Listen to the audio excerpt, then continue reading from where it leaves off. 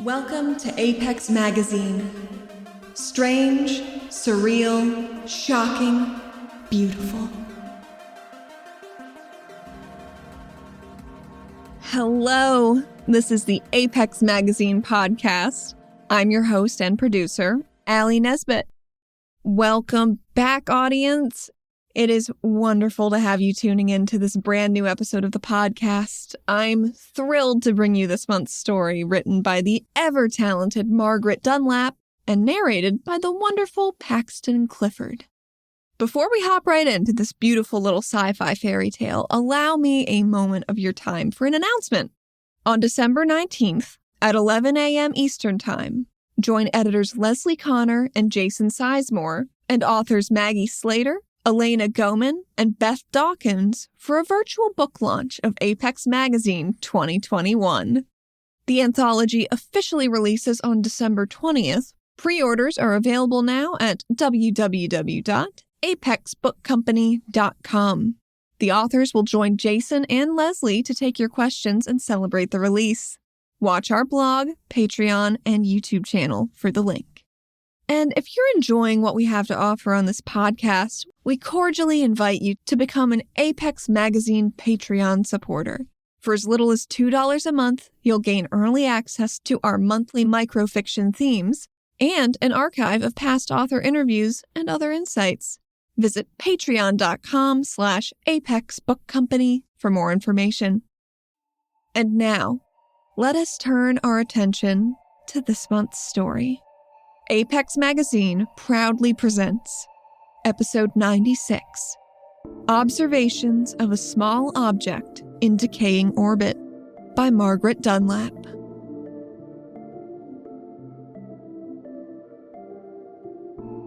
When Sam was 4, he lived against the hull of a giant cylindrical starship with his mother and father.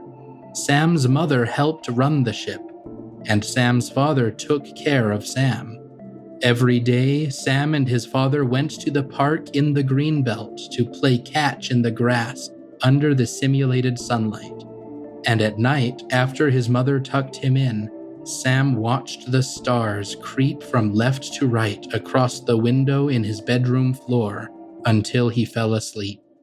Sam was 4 the day everything changed. After that day, Sam slept in a bunk stacked between the boy above and the boy below, in the windowless compartment between the waste recycling facilities and his family's old rooms. The rooms belonged to a different family now, a family who deserved them. Sam's parents did not deserve them because his mother was a bad person.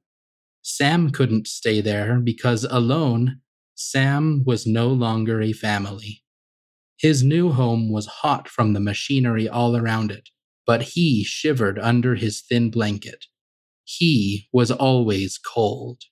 The woman who had brought him to the bunk room told Sam he must not think about what things had been like before. It would make him sad and make other people remember. Now was all there was left. She seemed nice, but she left Sam and never came back. He tried to do what she said, but the lady's words didn't keep memories of his parents from coming back at night, playing on a loop in his head whether he closed his eyes or not. The only thing that stopped Sam from remembering was thinking about something else, so he counted in his head until the numbers grew too big to hold, and he fell into a shivering sleep. When Sam was 5, the ship celebrated the first anniversary of the revolution. His teacher stood in front of the class and read out the names of the command council who had betrayed everyone on the ship. They were why the revolution had to happen. She paused when she read Sam's mother's name and looked at him. The cold in Sam's chest, that he almost didn't notice some days now, dropped to his stomach. When she finished the list, the teacher told everyone to line up for assembly. Sam hit every palm, shoulder, and elbow on his way to the back of the line, but even though the teacher stared at him the whole way, she must not have seen. When Sam was 7, he wrote an essay for the anniversary. His new teacher made him read his to the class. Sam stood in front of a dozen pairs of hostile eyes and read what he had written about justice and the mercy of the revolutionaries who had only executed the guilty, had only done what was necessary to save the ship from the command council, the council who would have doomed every passenger aboard. Sam didn't say how the ship would have been doomed, or why the council had been so awful. He didn't know. By the time he was old enough to think of those questions, he was old enough to know better than to ask. His new teacher applauded when Sam reached the end of his essay, and under his watchful gaze, Sam's classmates did too. The teacher sent his essay to the headmaster, who had Sam read it in front of the entire school. A few days later, he read it in front of a camera, and the recording was broadcast to the entire ship. After that, some people were kinder, but most were worse. Sam's classmates in particular found 100 subtle ways to remind him he was tolerated among them, only on the sufferance of soft-hearted adults, and when that indulgence someday snapped, he would spiral untethered into the merciless vacuum of their resentment. Nights were the least safe. Sam was used to the cold now, though, and didn't shiver while he lay awake and counted squares or cubes or primes, waiting to find out if tonight the other boys would strike from the dark or fall asleep. For several years, Sam found numbers to be good company, and no one objected to his choice. They gave his classmates little reason to plague him, and adults saw mathematics as a gateway to solid, practical work that might attempt to compensate for his mother's crimes.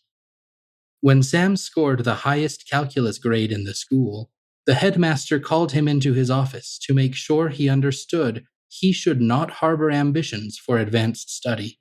The son of a trader, Sam would never be permitted to delve into astral navigation's mysteries. Engineering would also be looked at askance by many. Sam should focus on a future in ship maintenance. Sam nodded to show he understood. When Sam was 12, his class went on a trip to the Greenbelt.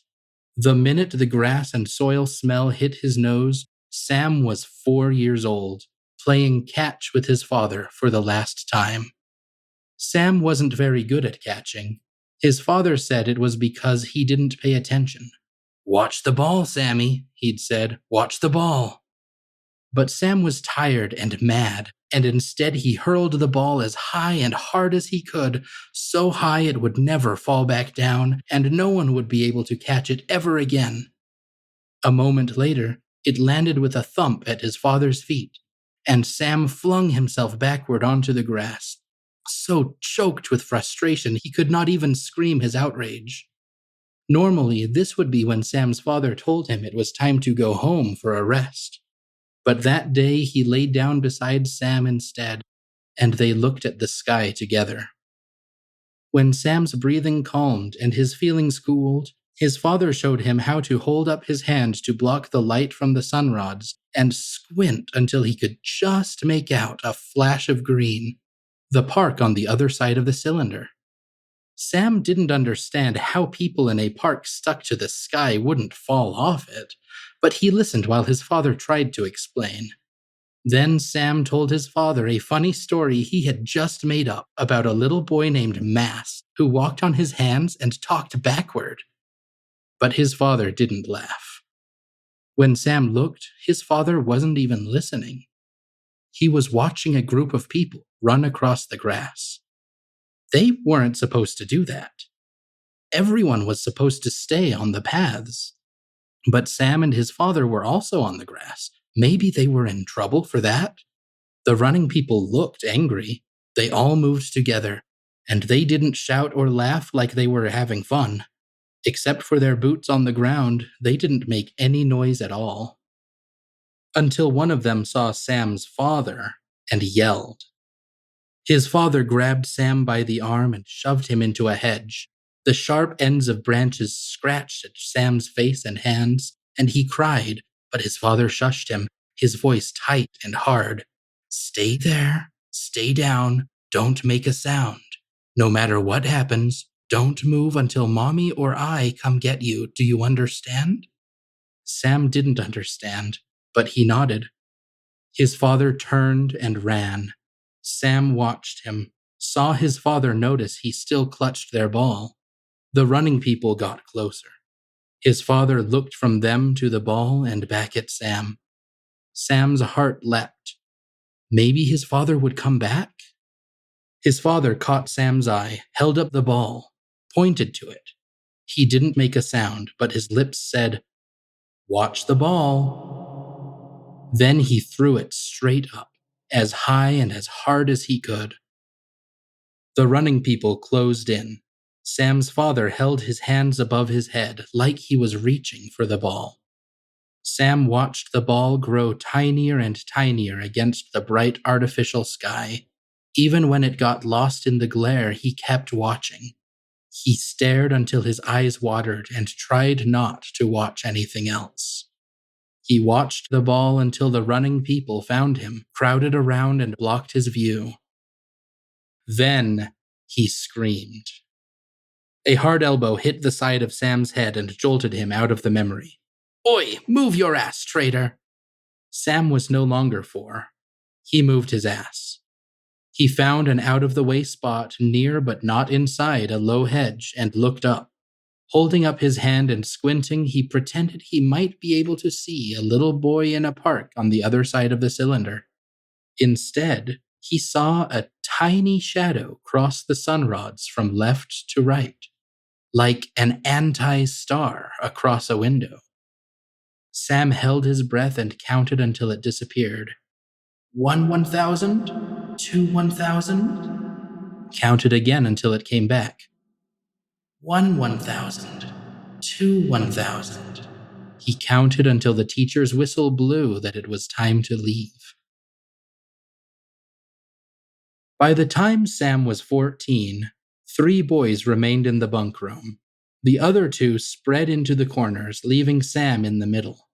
Alone, Sam hung his tablet from the underside of the bunk above, filled it with numbers, and looked for the ball. The ship is a cylinder of radius r that spins at a rate of x rpm in order to maintain simulated gravity against the inner hull of 1g. A sphere of radius r and mass m would need to reach velocity v in order to overcome centrifugal force and establish its own orbit around the core. A sphere of mass m with an orbital period of s seconds would imply an orbital distance of d from the center of mass. Solve for d. Taking into account the coefficient of friction between a sphere of mass m and radius r and an atmosphere of density ρ, how long would the sphere maintain a stable orbit? Through the numbers, Sam watched the ball trace a path around the ship's central core, but he could tell it wouldn't stay there long. He saw the ball waver in his equations, snared by the force that flung the passengers and all their worldly goods against the hull's fragile shell, the only thing that kept them all from fracturing and hurtling into space. He saw it would land in the green belt in the middle of the night. He had to catch it. The hard part was sneaking away after lights out. 10 years had taught Sam that while it was okay for most people to break some rules sometimes, and okay for some people to break most rules all the time, it was not okay for him to break any rules at any time. Because when Sam broke a rule, it wasn't because boys would be boys, or because everyone made mistakes. For Sam, breaking a rule was defiance against the revolution. Evidence he still carried the corruption of his parentage, a suspected rot he was constantly inspected for, to be routed out with force and relish. Sam was a bright and compliant child and made this connection early. But no one could follow all the rules all the time. Not even Sam. So he turned his intelligence to not getting caught. Sam waited for the other boys to fall asleep, waited for the teacher in charge to turn out his light. All the time he counted the seconds against the numbers in his head, watching the ball.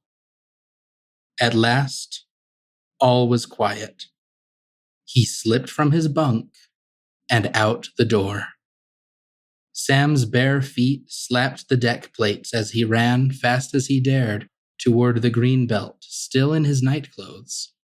If he were caught, he could say he had gotten turned around on his way to the head, or that he had been sleepwalking, sleep sprinting.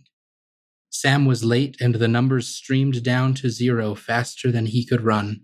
They showed him the ball plummeting to the grass when he was still 3 decks away. Sam had never been good at catch, but he kept running, following the numbers to a spot on the far side of the park, where he fell to his knees and searched the damp grass with frantic fingers until he found a perfectly hemispherical divot in the soil. His breath caught. Out of numbers he reached, blindly, crawling in an outward spiral from the tiny crater, staining the knees of his pajamas as he fumbled under bushes, in flower beds, dug into the soil with frozen fingers. He couldn't find the ball. Sam was still looking when the sunrods glowed with morning, and he heard the crunch of the groundskeeper's approaching boots, coming to ensure all was immaculate before the ruling synod took their daily constitutional. Shivering, his face wet with silent tears, Sam looked at the brightening sky. A shadow passed before the simulated sun. Just a flicker, but enough to ignite a tiny warmth in Sam's chest. He hadn't missed it. The numbers had been wrong. 1 1,000? 2 1,000? He watched and counted again for as long as he could, scrambling out of sight, only seconds before the synod walked by. Full of new numbers, Sam's head spun with adrenaline and emotion. He made his way, unthinking, unseeing, back to the head where he locked himself in a shower cubicle and stripped under the spray. The water had not felt this warm since his mother had bathed him as a child, and for once he did not shiver against the tiles. Instead, he scrubbed at his pajamas with the gritty soap from the dispenser, erasing the evidence of stained knees, hems, and cuffs. He was not caught, although the wet pajamas generated their own species of abuse for a few weeks until another boy violated the pack's unspoken code. Sam barely noticed. He watched the ball. Sam was careful not to raise suspicion, but careful was not the same as perfect. On his 15th birthday, he spent all night in the green belt. He knew the numbers so well now, he could see the ball even in the pitch black, a tiny shadow against the Leviathan's spine. He returned to his bunk exhausted just before dawn and fell asleep the moment his head touched the pillow, warmed by the insights of his restless dreams. When he opened his eyes, his first thought was he had slept through the alarm. All the lights were on, and the other 2 boys were gone. Then the headmaster walked in, flanked by 2 adults whose faces Sam did not know, but whose uniforms spoke to sinister purpose. "Sam," said the headmaster, "come with us. The synod would like to speak to you." The other adults approached. Sam was alone, outnumbered and outmassed. He was 4 years old and hiding in a hedge. He was 7 and cornered in his bunk. He was 12, and the headmaster was telling him that no matter how hard he studied, he could never be more than a menial, because his loving parents were terrible people. Sam was all those things, which meant this thing was nothing new. He waited for the guards to get halfway to him, and then ran straight at the headmaster. When the old man flinched back, Sam used the gap he'd made to scramble up the side of the empty bunks and scamper crawl to the door and out. Thanks to countless nights of sneaking, he knew the ship's passages and maintenance ways by heart. He hid, closed his eyes, and watched the ball. In the numbers, the ship vanished, and he could see the ball circling the central core against the backdrop of the countless stars beyond, overhead, and underfoot. As night fell, the numbers became a path, and Sam followed it back to the Greenbelt. No memorial or sign marked the spot where Sam's father had last stood. He had not been on the council, and his death was not part of the Revolution's story of carefully tailored justice. So he had been erased. The bushes where he had hidden Sam ripped out and recycled long ago. But Sam felt a lingering warmth when he stepped into the phantom impressions of his father's shoes. Sam looked up, held his hands high, and imagined a little boy in the park on the other side of the cylinder. A boy who was not so little anymore, who stood on his own 2 feet and looked back at him, hands outstretched. The stars beyond the hole were infinite and dazzling. Sam closed his eyes. He heard footsteps. Adults ran and shouted at each other, at him. Sam ignored them and watched the numbers spin against his eyelids. He saw the ball break orbit, fall and gather speed, moved his hand a fraction to the left, splayed his fingers wide. Sam felt a slap against his outstretched palm. The warm flicker in his chest bloomed with the light of infinite suns, and Sam laughed.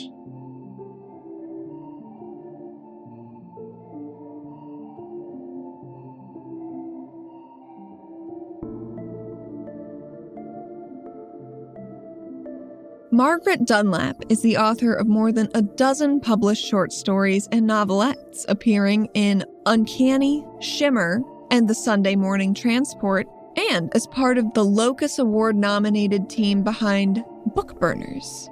She also writes for television, where her credits include cult favorite The Middleman, Blade Runner Black Lotus, and the Emmy-winning Dark Crystal, Age of Resistance. She lives in Los Angeles at www.margaretdunlap.com and on Twitter as @SpyScribe. Paxton Clifford lives in a tiny apartment near Salt Lake City, Utah, with his cat Suki. Together, they play a lot of games, read a lot of books, and think an acceptable number of thoughts. Some of those thoughts, along with the links to his social media presence, can be found on his blog, indefinitegrowths.com. Music used in this episode was made by myself, and you can find more of my music at youseethehat.bandcamp.com. The theme music for Apex Magazine Podcast was written and produced by Alex White. Do you enjoy the Apex Magazine Podcast and would like to see it continue? If so, please consider joining our publisher's Patreon. For as little as $2 a month, you'll receive a subscription to Apex Magazine, exclusive access to our authors and editors, writing workshops, early flash fiction theme reveals, access to our private Discord, and so much more. Head over to patreon.com/Apex Book Company to become an Apex Minion today. Thank you for listening. We'll see you next time.